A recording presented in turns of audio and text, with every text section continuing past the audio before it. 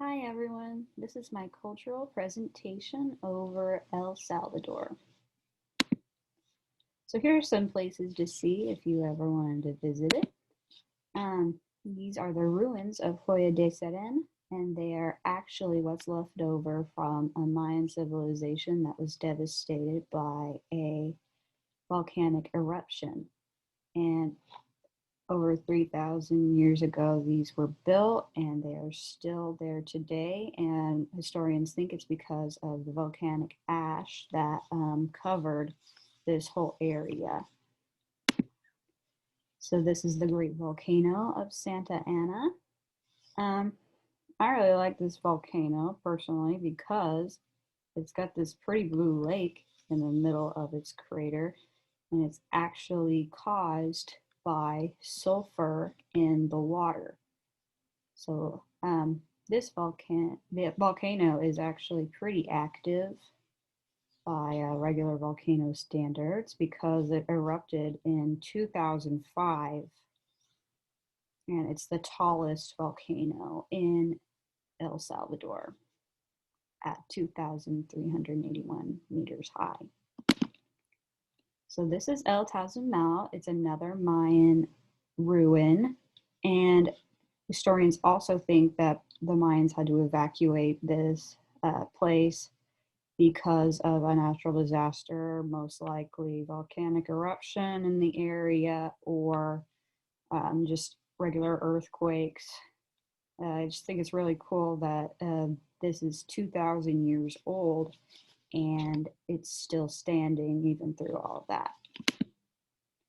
San Salvador is the capital city of El Salvador, and it is the cultural and economic center at which most of their festivals, their Congress meets, everything happens here essentially in El Salvador, which ties into their culture.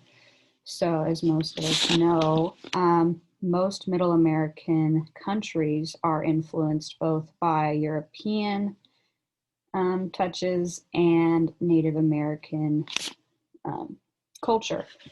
So, um, a very large part of El Salvador and their making of as a country is the Catholic Church. A lot of the people there are Catholic, and you can see lots of these beautiful churches all over.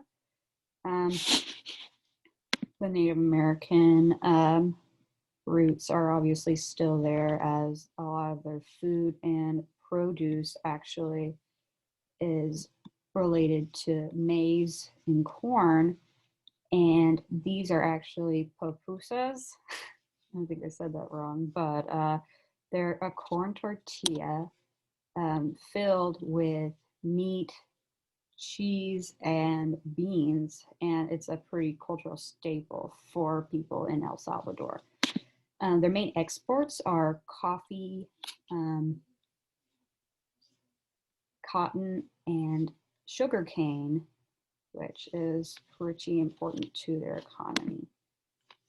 So, a large part of culture is how they celebrate it. And in El Salvador, they have lots of festivals, they're very colorful, and they celebrate the saints of their Catholic Church and the land. So, this is the Palm Festival. See how they have little palm trees and whatnot above their heads. And this is the August Festival where they celebrate the saints. So, how does El Salvador compare to the United States? Well, El Salvador is a republic while the United States is a democratic republic. So, there's a little bit of a difference when it comes to congressional representation. So, there's that. And we've both had civil wars. El Salvador's a little more recently. Theirs ended in about 1992, as opposed to like America's ending in 1865. So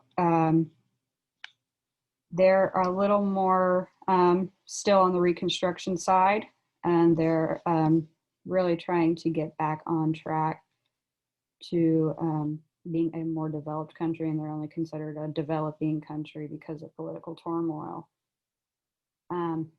So there's also something I thought was really interesting is that El Salvador is only about the size of Massachusetts, which is pretty crazy to think about. Whenever we think of a country and compare it to the United States, we never imagine that large of a difference. And Massachusetts isn't even like a big state by any means. So I thought that was pretty cool. And they have all of this rich culture and